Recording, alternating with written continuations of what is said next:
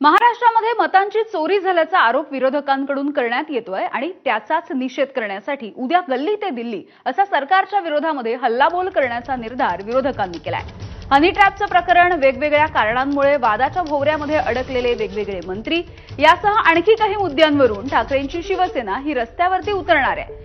ठाकरेंच्या शिवसेनेकडून राज्यामधल्या प्रत्येक जिल्ह्यामध्ये आंदोलन केलं जाईल। स्वतः उद्धव ठाकरे हे दादरमधल्या आंदोलनामध्ये उद्या सहभागी होतील, तर तिकडे दिल्लीमध्ये इंडिया आघाडीचे खासदार केंद्रीय निवडणूक आयोगावरती मोर्चा काढणार असल्याचं कळतंय। दरम्यान केंद्रीय निवडणूक आयोगाच्या डोळ्याला पट्टी आणि तोंडामध्ये बोळा असल्याची टीका संजय राऊतांनी केली आहे। लोकांसमोर जाऊन आंदोलनाच्या माध्यमातून जागृती करणं हा आमच्याकडे एकमेव पर्याय आहे। उद्या शिवसेनेतर्फे महाराष्ट्राच्या सर्व जिल्ह्यामध्ये या घोटाळेबाज सरकारविरुद्ध आंदोलन होईल।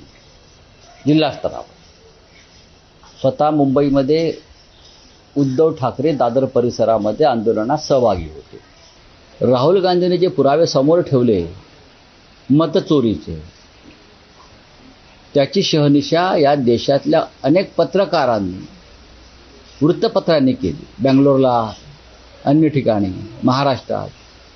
तरीही निवडणूक आयोग जर पुरावे मागत असेल तर त्यांनी डोळ्यावरती पट्टी बांधलेली आहे आणि त्यांच्या तोंडामध्ये बोळा कोंबलेला आहे, हे मला स्पष्ट दिसतं।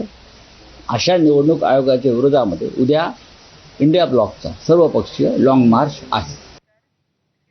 दरम्यान ठाकरेंच्या शिवसेनेच्या या आंदोलनाचा टीजर सुद्धा प्रदर्शित झालाय। महाराष्ट्राला नकोय सत्ताधाऱ्यांचा कलंकित आणि भ्रष्ट कारभार, नकोय मुजोरपणाचा काळ्या धंद्याचा भार। अकालपट्टीसाठी त्यांच्या लावू आता ताकद, एकजुटीने करू जनाक्रोशाचा वार।